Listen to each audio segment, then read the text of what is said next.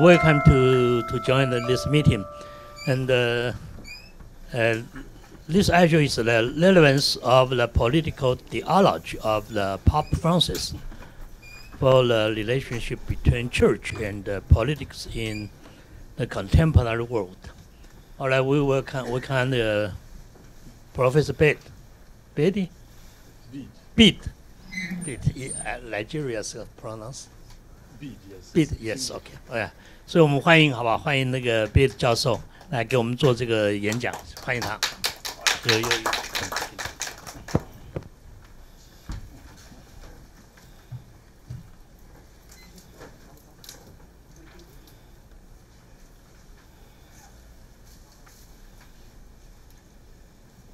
Dear friends, I'm honored to present this reflection on the relevance of the political theology of Pope Francis for the relationship between church and politics in the contemporary world. So I'm very grateful to the organizers for bringing me here. I'm sincerely grateful to my brother who teaches here, Father Justin Onyokaziri. So we're from the same congregation, the Spiritans, and from Nigeria, and we have other Spiritan conference who are missionaries here in Taiwan. So I'm very grateful to them for persuading me to come here, and I don't regret being here. So the relevance of the political theology of Pope Francis.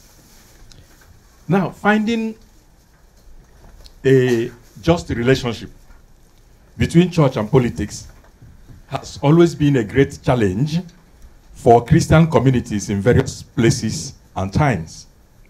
Now, many people will want churches to stay out of politics, do charity, and prepare people for heaven.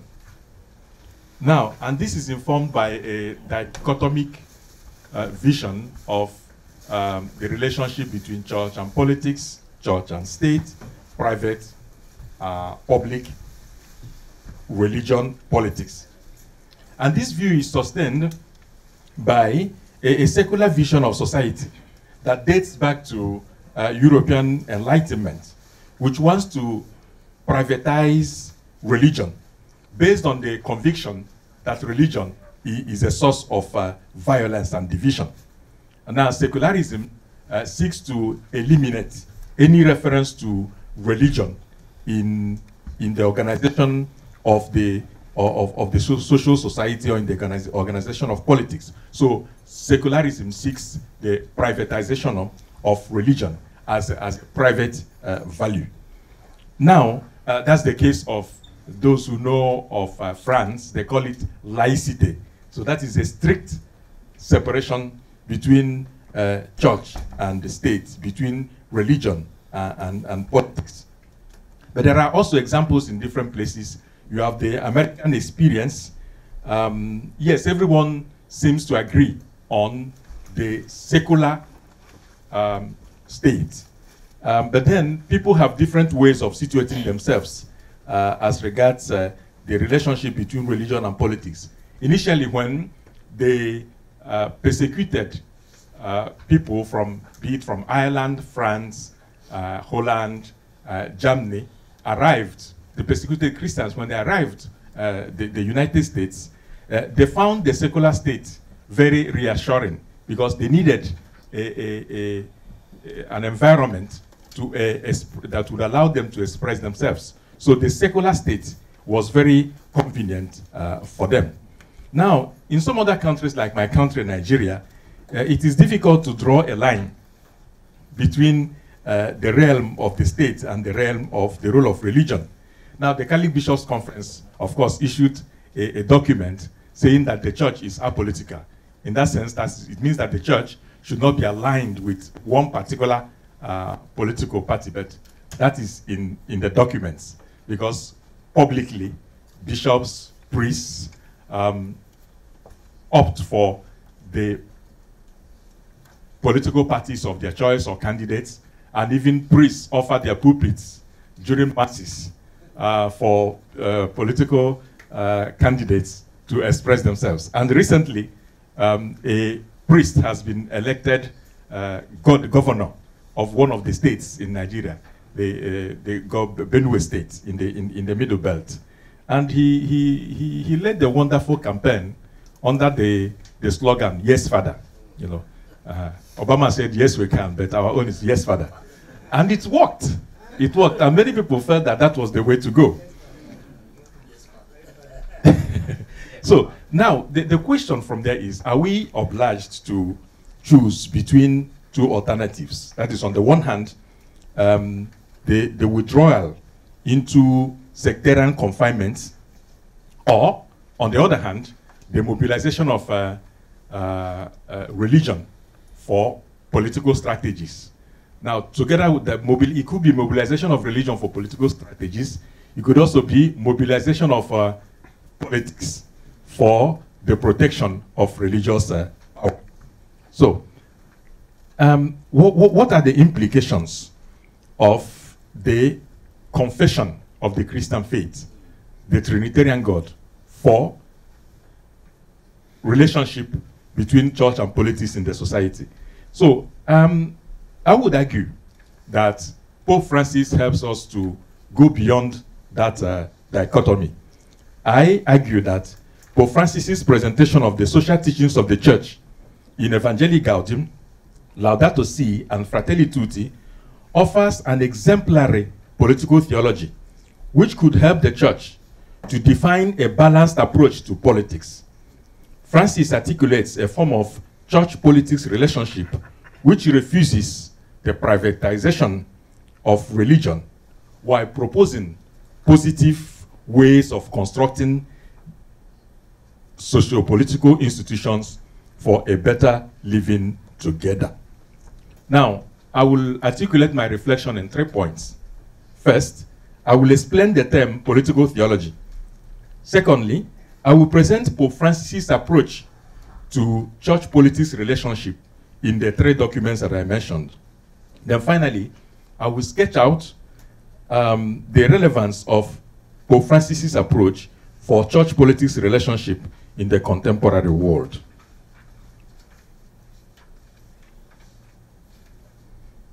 Now, what is political theology?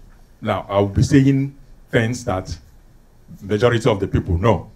Now, political theology is a response to the question of the political implications of the Christian faith in a particular society, as clearly expressed by Jean-Baptiste Metz, who really popularized political theology in the contemporary world. Political theology is the refusal of, okay, I think I touched something there.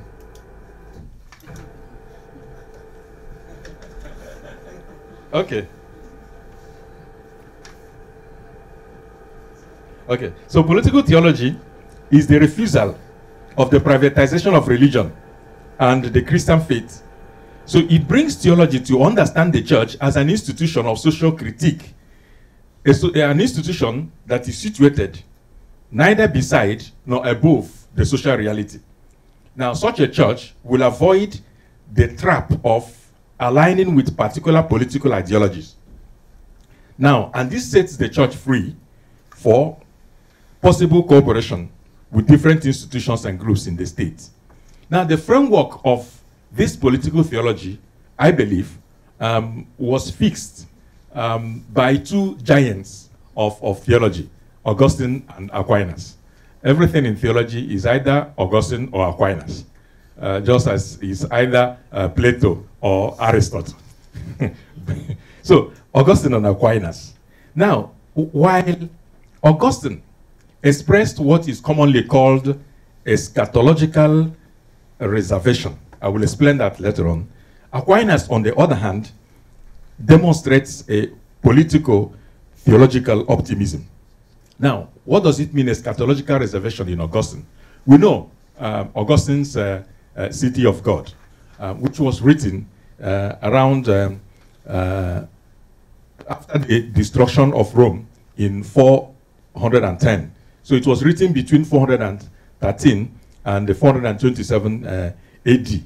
Now, the pagans were angry against the Christians, saying that the Christians brought catastrophe, calamity on the empire because there was an amalgamation between the emperor and the Logos. So the Constantine triumphed, and because he triumphed, then he established Christianity as a state religion. Now, Christianity, the state destroyed. Now, the pagans now turned against the Christians. But the Christians themselves were angry because they had believed that really God expressed himself through this emperor, or that this emperor was the representative of God. So now they were doubting themselves. They were doubting their faith. They were doubting their God. Now, Augustine expressed an agnostic view of history. Now, the present state, the present nation is not a representative of the kingdom. Neither does any institution at all represent the kingdom. So Augustine refused to sacralize present institutions. So what he did was he adopted a form of eschatological reservation. He refused to sacralize or absolutize the state or even any other human institution. Earthly politics is a lesser evil, a product of the fall, and belongs to the sinful human condition. The state plays an important role, of course, for the fact that it helps to control the human desire for domination and vengeance. So no historical condition or process can accomplish or slow down the fulfillment of God's promise to humanity revealed in Jesus Christ. So this fulfillment will only be accomplished in God's kingdom at the end of time. So that is a form of eschatological reservation. Now, Aquinas, on the other hand, was very optimistic. Contrary to Augustine, of course, Aquinas, borrowing from Aristotle, revised and corrected with the reading of the scripture, understood the human person as a political animal. That's already, you see it in Aristotle. Now, he did not see any irreconcilable tension between the pursuit of earthly goods and eternal goods. He expressed confidence in the political society and the justice as natural qualities and possibilities of the human being. So the goal of political activity is not the suppression of rebellion, but rather it is the quest of virtue and happiness. So in reference to Matthew 22:21, that is, give to Caesar what belongs to Caesar and to God what belongs to God, Aquinas said Christians should obey the empire, the laws of the state, and as simple as that, and then contribute to the construction of the societies. So now, between eschatological reservation of Augustine and the political optimism of Aquinas, all other political theologies in the modern era will situate themselves between these two. Now, I have spoken, I will not dwell more on John Baptist Mest. John Baptist Mest, as you said the church should do two things. Now, understand herself as an institution of social critique, but at the same time, the church should participate in the construction of the society. And the church will do it from what we call the dangerous memory of Jesus Christ, the memory of the death, resurrection, at the death and resurrection of Jesus Christ. That the church should be an interruption. How does the church contribute as an interruption? Through solidarity, through love, through the freedom of the people of God. So now, however, in the light of Aquinas, now Metz knows that the church should not limit herself to the function of social critique. So she must collaborate with other institutions in order to build up the society. Now, after that, we have some other political theologies that came forth.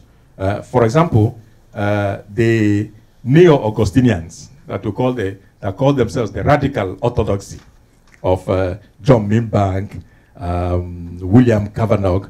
Now, they see the church as an alternative society. Now, for them, the church should not contribute to the perpetuation or to the salvation of the secular state. The church should propose an alternative society. Now, that is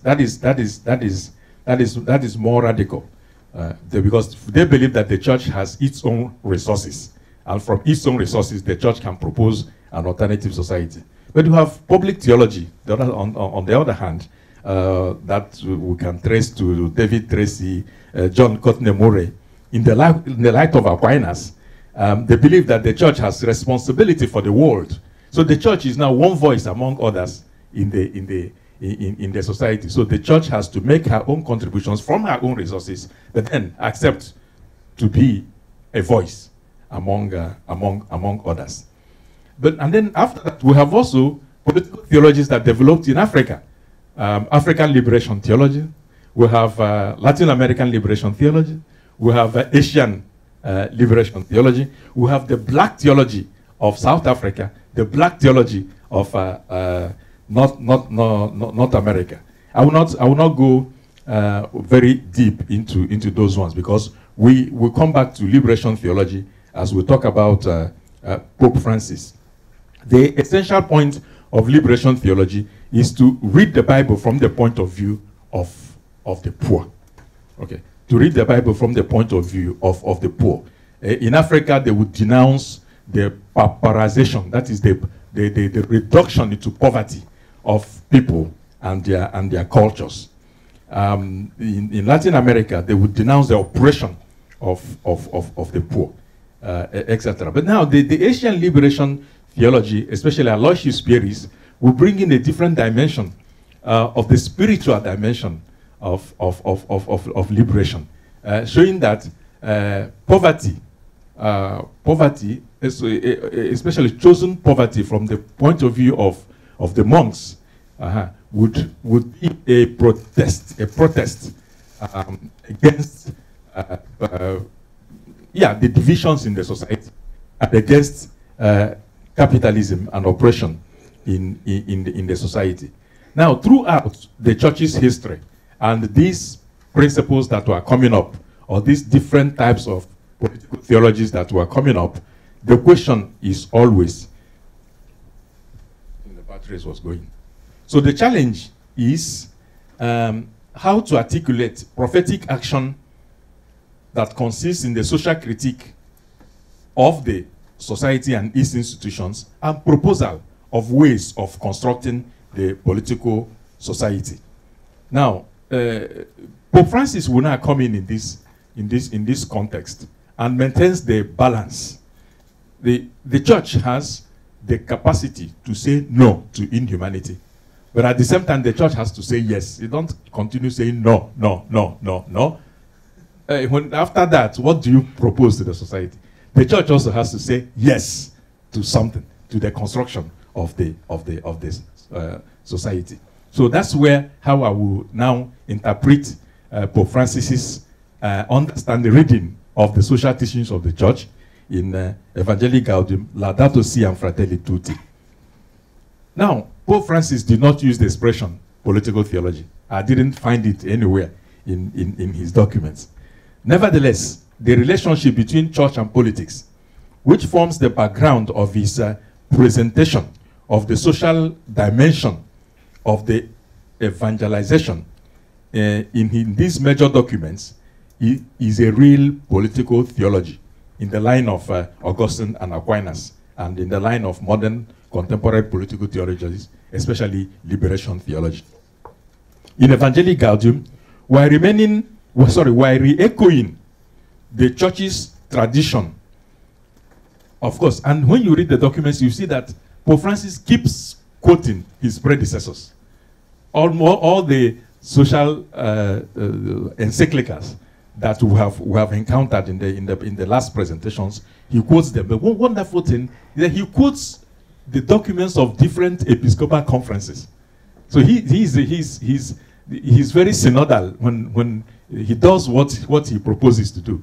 So in the line of all those documents, and especially in the line of Latin American liberation theology, especially the preferential option for the poor, Francis sets out a remarkable political theology. And of course, it's not surprising when we know, if we know his history, I know that he was one of those who really gave us the document of Aparecida, and one of the leading prelates of the Argentinian church and the Latin American church. We understand how Pope Francis came about this thinking.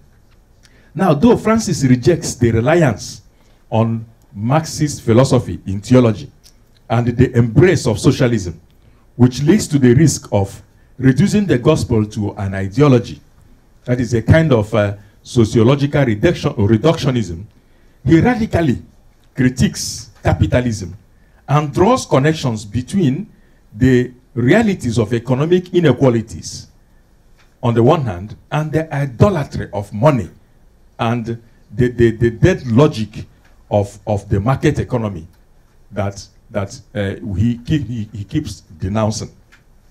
In his encyclical letter, Laudato Si', Pope Francis mobilizes the social doctrines of the church and sets out a radiant theological, ecological project. And he clearly states that the current environmental crisis is crisis in the human person. It's a spiritual crisis because the human person has failed to understand that God created the human being as steward of creation, and that we have failed to understand creation as expression of God's glory. That is the radical position Francis took. Okay. And the methodology he used in Laudato Si' is the methodology that was set out already by liberation theology, the see, judge, act methodology. In Fratelli Tutti, informed by the experiences of the global management of the COVID-19 pandemic, Francis also sets out a masterpiece of political theology, and he calls for a better politics, which seeks to develop a world community based on the practice of social friendship between peoples and nations. The Trinitarian way of life, he says, should permeate human relationships in the family, in the community, in the workplace, and in social and political institutions. Now, how does Francis now do what the other political theologians, especially Augustine and Aquinas, did? I will try to put it in 3 points. That is the refusal of the privatization of religion. Secondly, the critique of social, political, and economic institutions. And finally, eschatological reservation.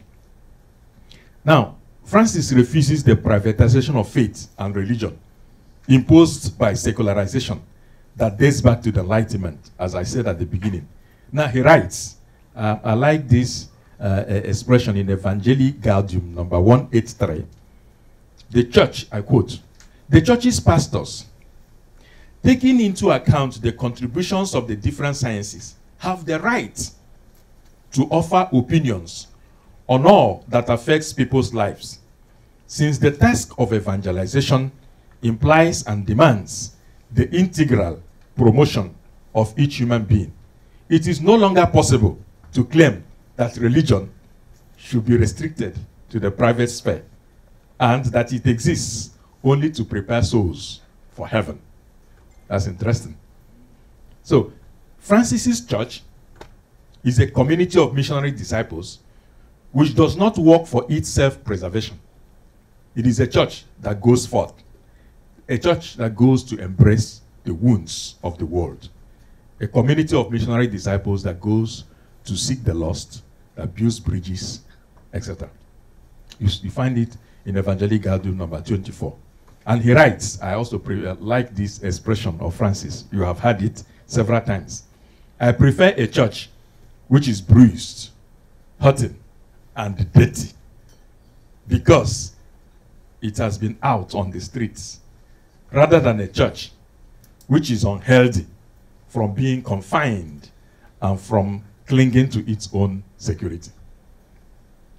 So, and in the light of Aquinas' vision, now Francis sets out interprets the social doctrines of the church and argues for the church's responsibility in the world. So, and when he presents his Laudato Si, he's not only talking to Catholics or only to Christians, he's talking to the entire humanity. Just as Pope John the 23rd addressed his Pacem in Terris to the entire world, to all men and women of good will. In Fratelli Tutti, he says, I'm proposing a reflection from the point of view, or from the Christian point of view, but to contribute to the search for a common, for the rebirth of a universal humanity, or for the rebirth of the aspirations, the innermost aspirations of humanity. So it belongs now to the logic of the Christian faith to search for the transformation of socio-political and cultural institutions. Now, how does he do it? He says no. That's why I want to, in Francis's documents, there's always a no. And there's always a yes. So, critique of socio-political institutions and constructive proposals. Now, Francis says no to forces of dehumanization.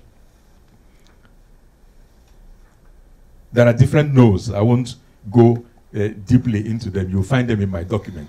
No to economic exclusion and social disparity that is based on the culture of prosperity, prosperity and competition, where human beings are themselves considered consumer goods to be used and discarded. Francis also addressed an unequivocal no to the new idolatry of money, which rules rather than serves. Francis addressed the no to cultural relativism, okay, which gives priority to the outward, the immediate, the visible, the quick, the superficial, and the provisional. Francis addresses an unequivocal no to globalization, which is celebrated to the detriment of localization. He uses this opposite and or antinomies, if you like. And for Francis, which I will come back to it, what we should be moving towards is unity and not separation. Okay. So, however, he also says yes to the forces of life. In Evangelii Gaudium, he says yes to solidarity, motivated by the Christian conviction about the universal destination of goods.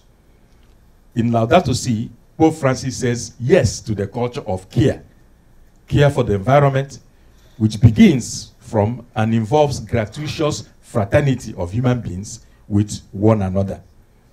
In Fratelli Tutti, that was informed by the management of the COVID-19 pandemic, Francis says yes to the construction of a new fraternity, to the construction of a new social friendship.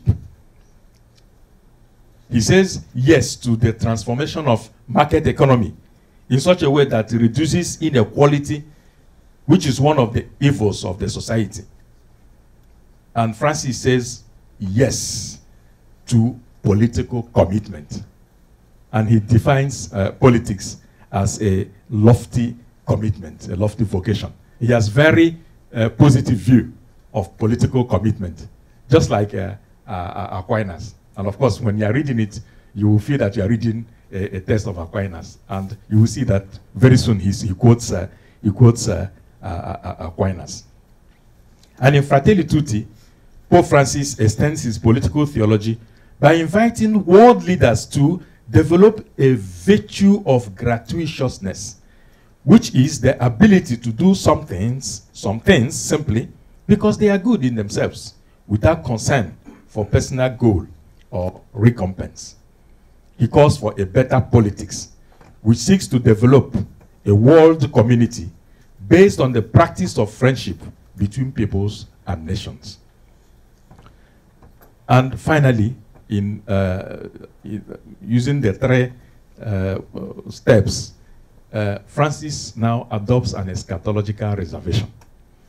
It's interesting because in the light of Augustine, he refuses to sacralize the state and the church. And of course, he will subject the church and the state to critique. Any institution of this world, he critiqued. Okay. So, just like Jean-Baptiste Metz calls the dangerous memory of Jesus Christ as a principle of critique of the society, Francis uses the memory of the death and resurrection of Jesus Christ as a critique of every society. And then both state and church must adopt the fundamental option for the poor. If you read Evangelii Gaudium from 198 to 200, it's very, very beautiful. Because the preferential option for the poor is a must, both for the church and for the society. But then he says, we must be careful not to reduce the kingdom of God to the present moment. That's why he says that the evangelizing community must be familiar with patient expectation and apostolic endurance. Now, here shines out the significance of the four principles of the construction of a people and the establishment of social peace. So if you read the Evangelii Gaudium from 222 downwards, Francis has four principles. He didn't develop those principles as Pope. He already developed them before, even as Archbishop of Buenos Aires. The first principle is that time is greater than space. Time is greater than space. That is, the deepest aspirations of the human person cannot be reduced to and judged by the successes or the failures of the present moment. Secondly, unity prevails over conflict. The reality of conflict has to be faced. However, people must not let themselves be drowned in conflict to the extent of losing sight of the horizon. Thirdly, realities are more important than ideas. And finally, the whole is greater than the part. Now, I'm interpreting these principles as principles of eschatological reservation, because principles that invite us to avoid ideologies and to enter into process of construction of a society, and always prefer unity over and above very reduced vision of the human person and the society. So, now, my third part now, what are the implications of Pope Francis's political theology? There are many, but personally, I'm choosing a few of them. The first one I will present is that it's very clear that religion is not a private affair. The proclamation of the Christian faith is politics. It has political implications. The dangerous memory of the passion, death, and resurrection of Jesus Christ has socio-political implications. So this challenge now, once that is said, the challenge, as you may have understood, is how to express the political implications of the Christian faith in such a way that you avoid withdrawal into sectarian confinement, and at the same time you avoid drawing political ideologies from the Christian faith. And that's what we see in some countries, be it in Africa, in Asia, in Latin America, wherever we are, there are temptations Either you withdraw, or it's okay. There are people who they can get involved in politics, but then they put their faith in bracket. Their faith does not come into play. But there are also now, there is a group in the United States that we call the Benedict option. You may have heard about Benedict option. So because the society now has created a secular space and there is no space for us to now impose our faith, okay, let us build smaller communities of resistance and then build our schools, train our children, and then, you know, try to exist in that context. But there's also the temptation of, I speak a lot about United States, but that's why I'm at Duquesne University in Pittsburgh. There is tendency today also to impose certain principles of Christian faith through the law. We see the conflict now between the Republicans and the Democrats. Joe Biden and Nancy Pelosi, their bishops banned them from taking communion, okay, because they support abortion. But now the bishops are divided about that issue, and now the Supreme Court has a majority of right-wing judges. So now they want to use that opportunity to impose certain views from the point of view of the Christian faith. But that also divides the society. So you have those contexts playing out in the same countries. There are also some countries in some African countries, as I said, there is sometimes you can't distinguish between what is religion and what is politics. Sometimes it depends on who is the governor of a state or who is the president of the federation. That's why people now fight to make sure that it's a Christian that enters or it's a Muslim that enters. So, nevertheless, what has to be clear from my own point of view is that the church cannot draw political programs from Christian dogmatic expressions. And Francis is very clear about that.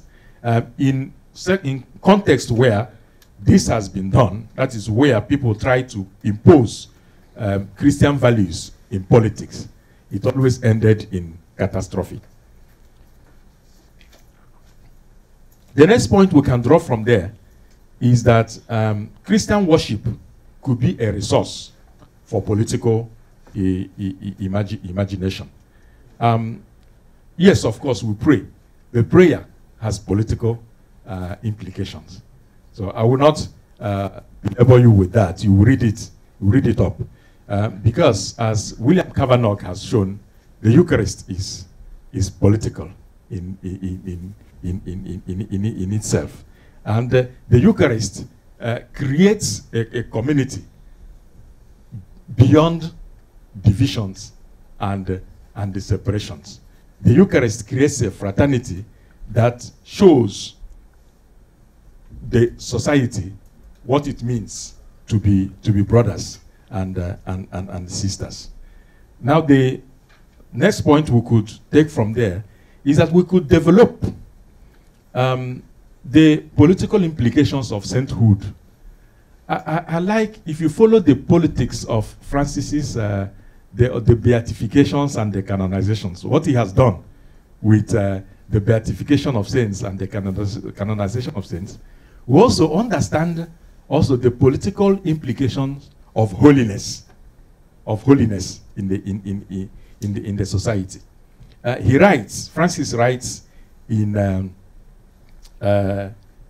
Gaudete et Exultate, the process of beatification and canonization recognize heroic virtue, the sacrifice of one's life in martyrdom, and certain cases where a life is constantly offered for others, even unto death.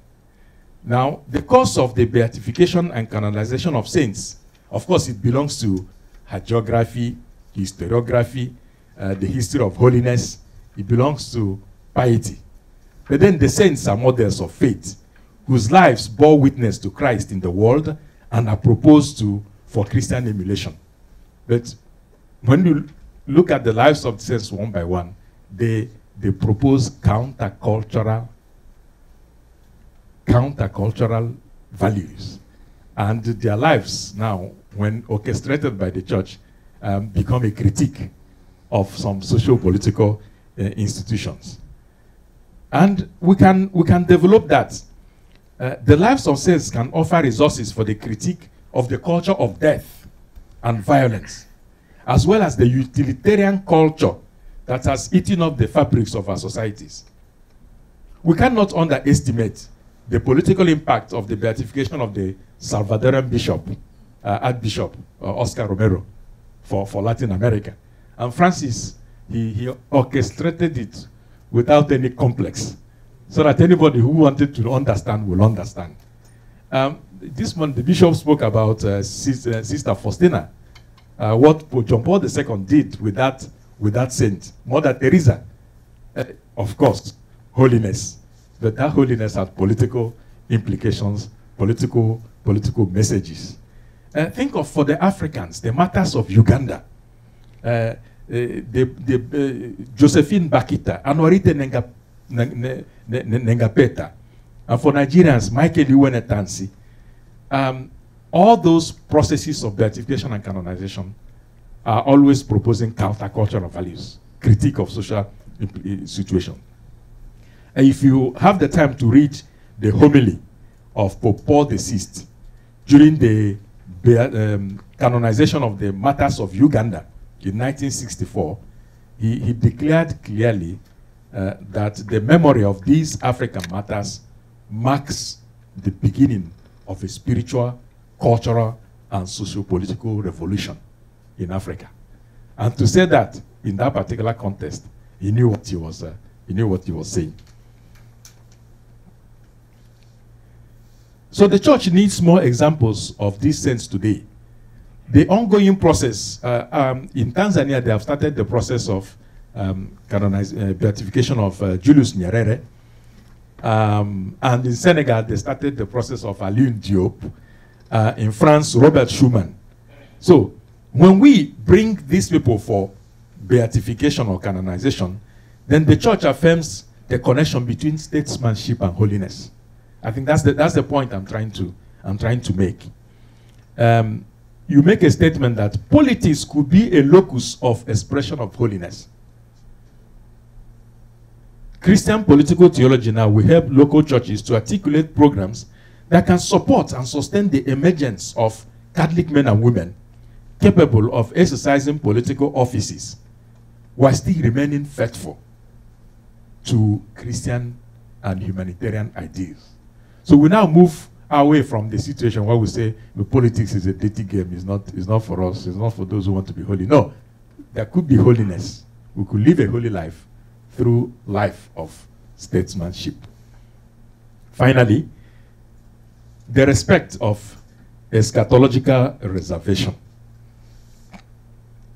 In the light of Pope Francis, political theology, prolonging Augustine and the church's tradition of political theology, should maintain and uphold eschatological reservation.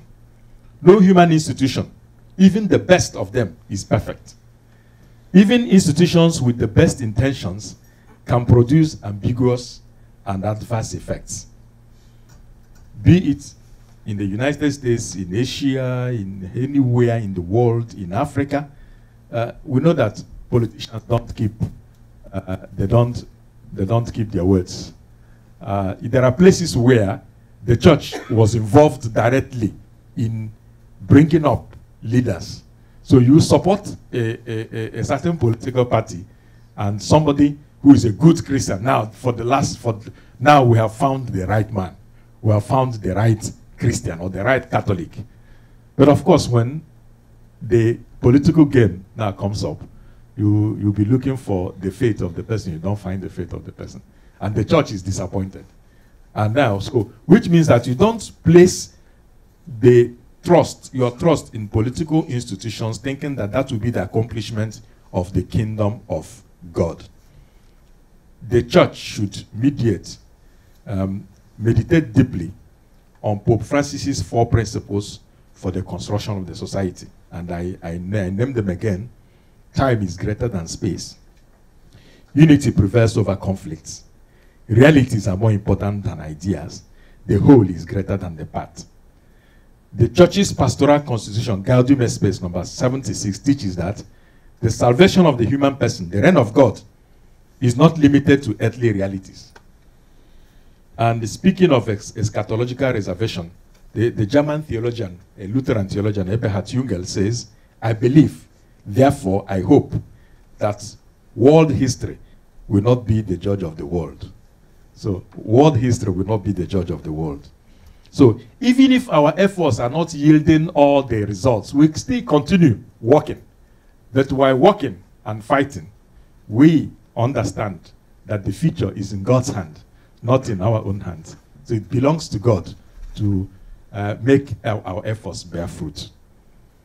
So, conclusion. I think my time is up. 2 minutes. 2 minutes. That's great. The 2 minutes for conclusion.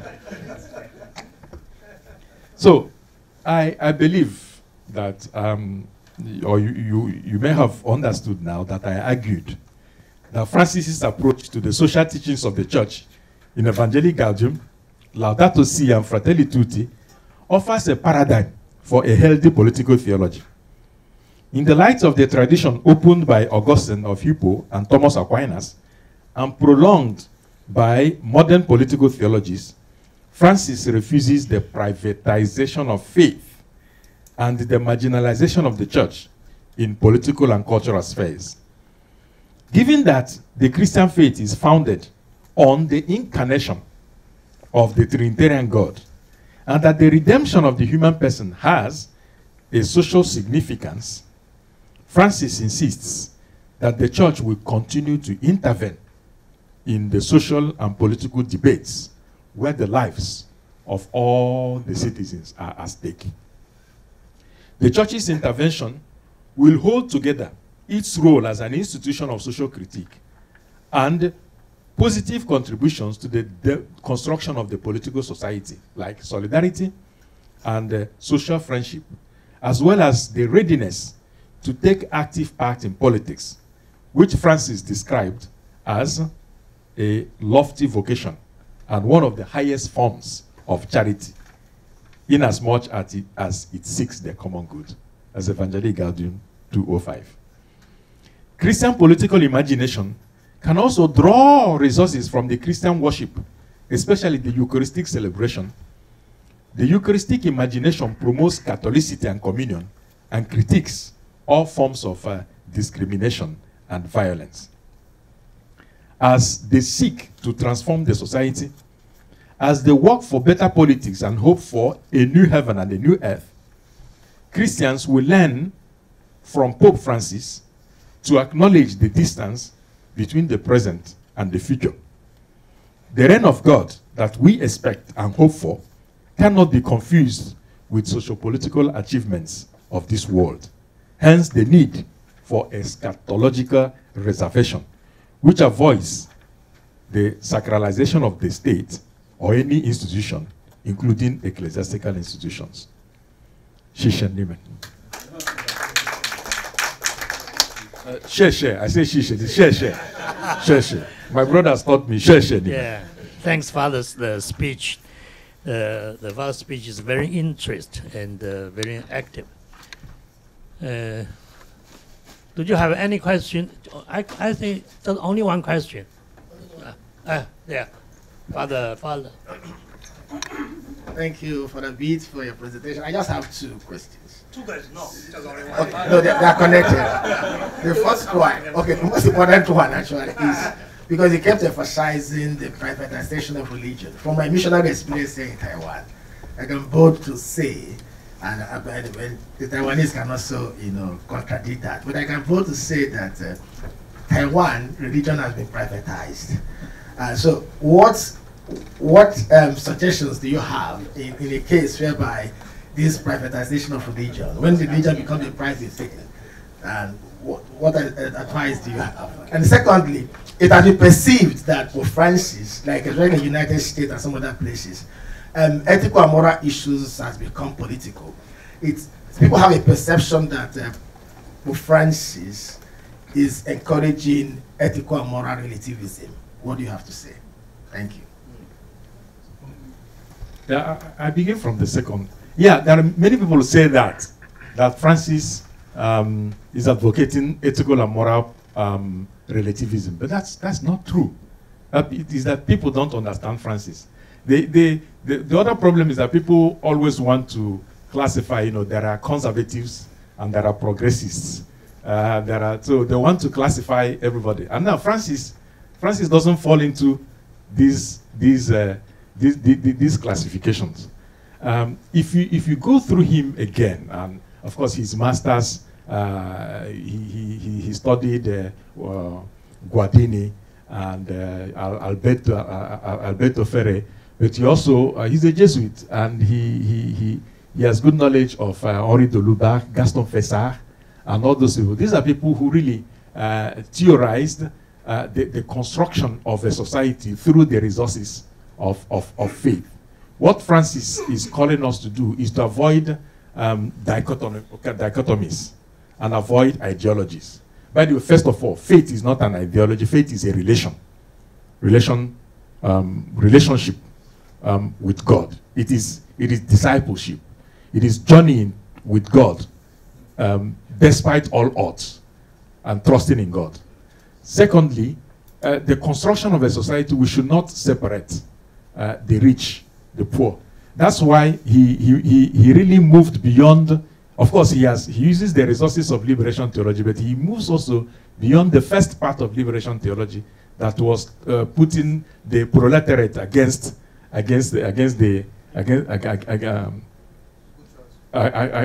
rich or something like that. Okay, so Francis now moved into theology of the people. So we're not putting one class against the other. We're building up a people. We're raising up a community. So we are contraries. That is this. There should be a symphony of opposites. There should be and that's also Ignatian. Also, the exercises of Saint Ignatius. So when Francis now places mercy at the heart of the Christian faith, then he is calling us to look at everything from the transcendental, from the point of view of what is transcendent.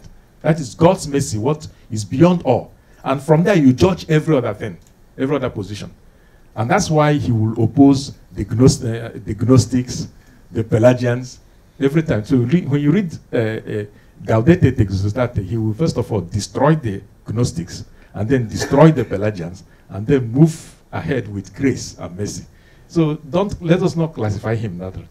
As for the privatization of faith in Taiwan, of course, you have to study the context and see whether Christians also participate in politics. Because if the Christians could participate in politics in different ways, you could also make statements through social institutions. This is a Catholic university. It is a political statement. The other day you took me to Providence. It is a political statement.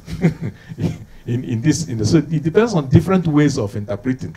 It doesn't mean that every day we should go down the streets and be carrying the Blessed Sacrament in procession, and then we know that we're involved. But there are different ways of positioning the implications of the Christian faith.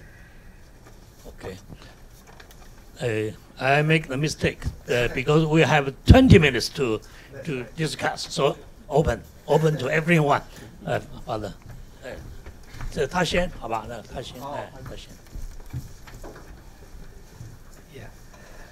Thank you, Father Bede. That was a very wonderful presentation on the political theology of Pope Francis. You have picked up the fine elements in his encyclicals and argued cogently that he is a political theologian arguing for deprivatization of religion. You know, faith has a role in the public and things like that. That's fine. And he has also, you know, proposed a locus or a standpoint for that politics, that is, you know, or option for the marginalized, the poor, things like that, you know, which is in his actions as well as in his words. We appreciate. I'm interested in getting to know from you, a person from Nigeria, how would you read this political stance of Francis in the context of Nigeria, where you have Islam on the one side, which is also a highly kind of a political religion, and then you have Christianity. So in that context, what mode of political stance would you suggest from the perspective of, say, Pope Francis?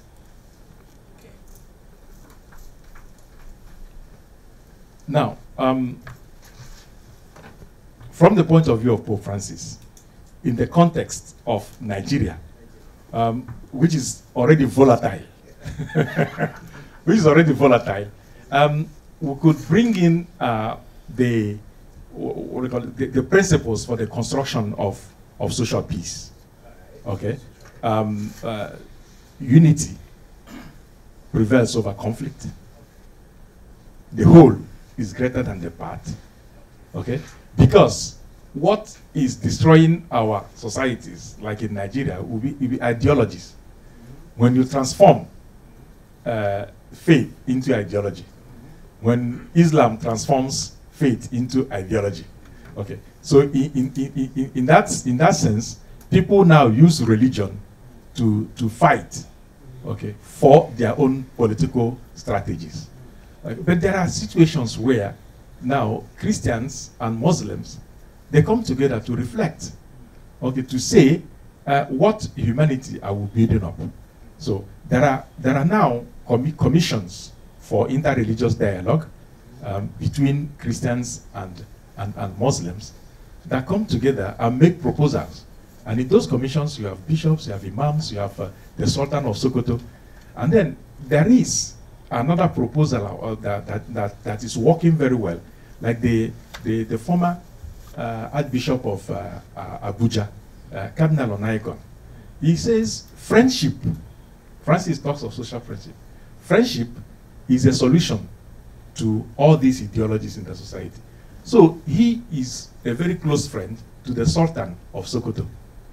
So they now come together and to say, we, the leaders of our religions, if we establish friendship, if we establish fraternity, then people will know that what unites us is greater than what separates us. So in that sense, you are making a proposal for the transformation of social relations, for the transformation of our institutions also. So through practical dialogue and critiquing the use of faith as ideologies. That's what we would need in Nigeria. Okay. As for now, some people are calling for a secular state. It's very difficult. You can't have a French laicity in Nigeria. Neither can you have the American secular state in Nigeria or other African countries. There are particularities. There must be a possibility of the different faiths to express themselves in the political context, but within the respect of certain rules. What we would need would be credible institutions. Credible institutions. We don't need a secular state. We need credible institutions, credible judiciary, credible executive, credible senate. Okay, so that you know that you can play within the rules, and that everybody will respect the rules. Like everybody here respects the red light and the green light and the traffic light. So if you know that the other will respect the light, then you stop. But if you stop and the other crushes you, then the next day you don't respect the light. So that's what is happening in our institutions. When people who are charged to protect the institution don't protect the institutions, then people are crushed. Okay, so the political implication of the Christian faith could lead us also to work for credible institutions, for establishment of processes. That's what Pope Francis calls processes that will protect people's living together.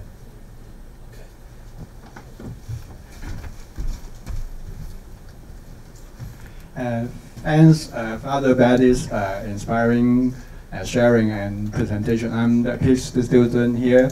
And my question is a simple question, is that what do you think the human rights issue in today's your topic, political theology? Because as you know, Pope John Paul II is very concerned the human rights issue, maybe because his own background is he is from communist Poland. That in his papacy, he take a great effort in the human rights discourse, something like that. And because I'm from Hong Kong today, you know, Hong Kong is oppressing by communist party so much that the human rights turn worse in a quick way, in a quick times.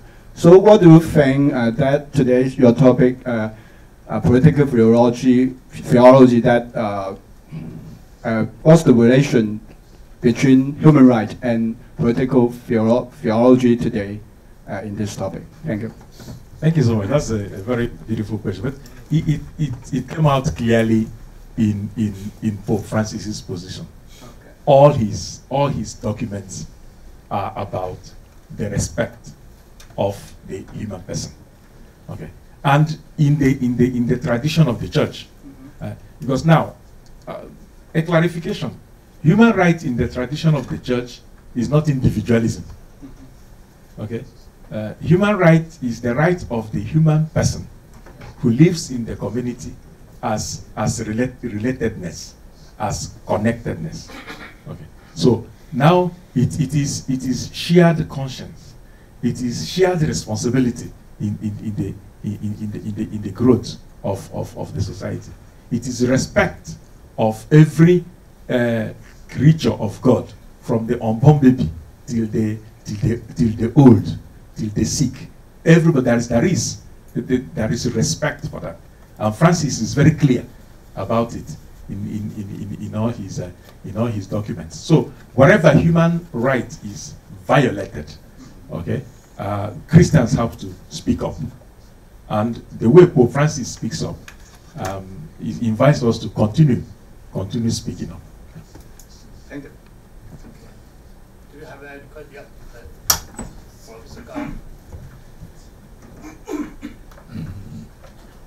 我能用中文，或者只是我可以用。好，那我不好意思，我因为我怕我的。是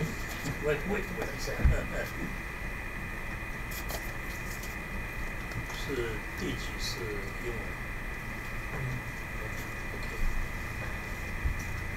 ？OK， 那因为我怕我英文表达不完全，那我在想说教宗有说，那宗教是不能够外在于公共领域的，更不能被私有化，推到私有领域里面去。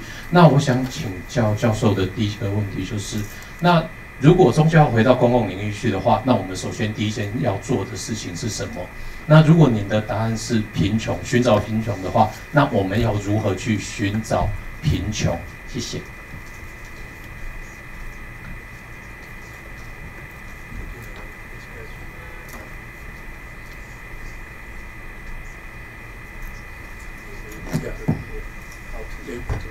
Yeah, exactly. So, if religion has to be expressed in the public space, how do we address the question of poverty? Francis has proposed us in the light of the Catholic social teachings, the understanding of the common destination of goods, okay, the understanding of solidarity, and then all the denunciation of capitalism. Not that he doesn't like money or we shouldn't make money, but money not to the detriment of the human person. So a type of economy that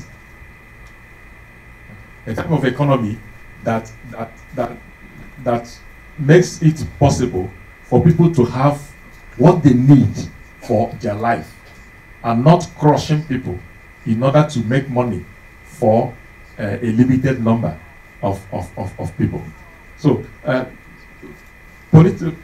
politics in religion in the public space, or that expresses it in itself in the public space, also brings the Christians to fight for a better understanding of the economy, and to help also to shape policies, economic policies, that make it possible to respect the poor, the marginalized. And he has this principle that, of course, the preferential option for the poor. It doesn't mean that we hate the rich, but that the poor is the locus of expression of God. That is, God himself, God reveals his face in the face of the poor.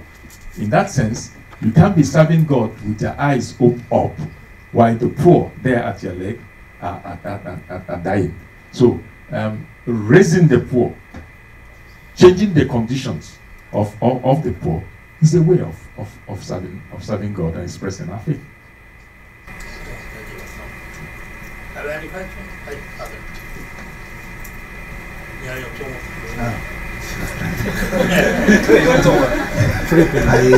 Bishop. I find something that is that may be surprising to me, because if I meet a Muslim, of course, I can argue with regards to respecting the human person. But what if I use Quran and say it's in Quran that in chapter 5, 82, it says there, the nearest to our brethren, meaning the Muslims, are those who call themselves nearest in affection to our brethren, are those who are called Christians, because they have priests and monks who are not arrogant. So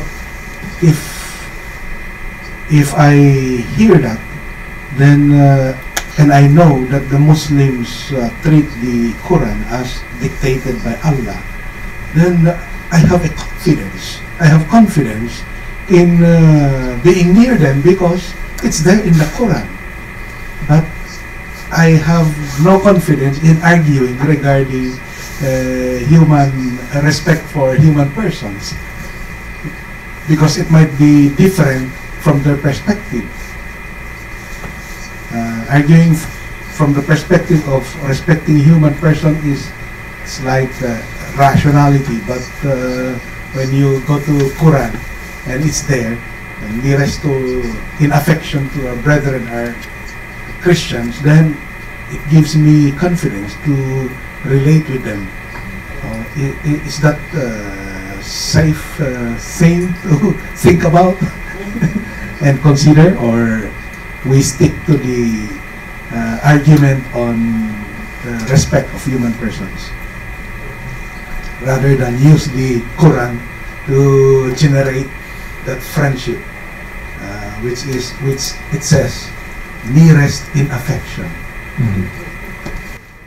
Yeah, we can't go equating the expressions of the Quran and the expressions of the Christian faith. The important thing, first of all, what does our Christian faith propose? How do we understand the human being? How do we understand the other? We also have our own understanding of the neighbor. Okay, and Francis uses a lot, even in Fratelli Tutti, he uses the good Samaritan. Okay, who is my neighbor? Okay, my neighbor is not the person nearest to me. Okay, my neighbor is the person to whom I make myself close. You understand? So for whom I take risk. Okay, so moving beyond my own self-preservation, but going for the rescue or the support of the other. So we have our own. So when we are in dialogue with other religions in the society, different religions have their own ways of conceiving these principles. But at some point we meet somewhere. That's also one of the principles of dialogue. There is somewhere where we meet each other. Okay, it doesn't mean that we have to agree on everything, but there are some points we agree. And when I mentioned the question of friendship among others, fraternity, what unites us is greater than what separates us. When people are sick, there is no Muslim cancer, there is no Christian cancer, there is no, you understand? Even when you talk of poverty, there is no, when there's no money, there's no money. Okay. Now, in different places, people live together, people go to market together, people share together. But then when it now becomes a question of mobilizing religion for political strategy, then the people get divided. But you find out that there's a humanity that resonates in us, and so our Christian faith expresses that. So that's good. That is a very strong point of dialogue and of social construction. Okay, thanks, Father, for the questions. The time is up. This session is closed. Thank you very much. Thank you.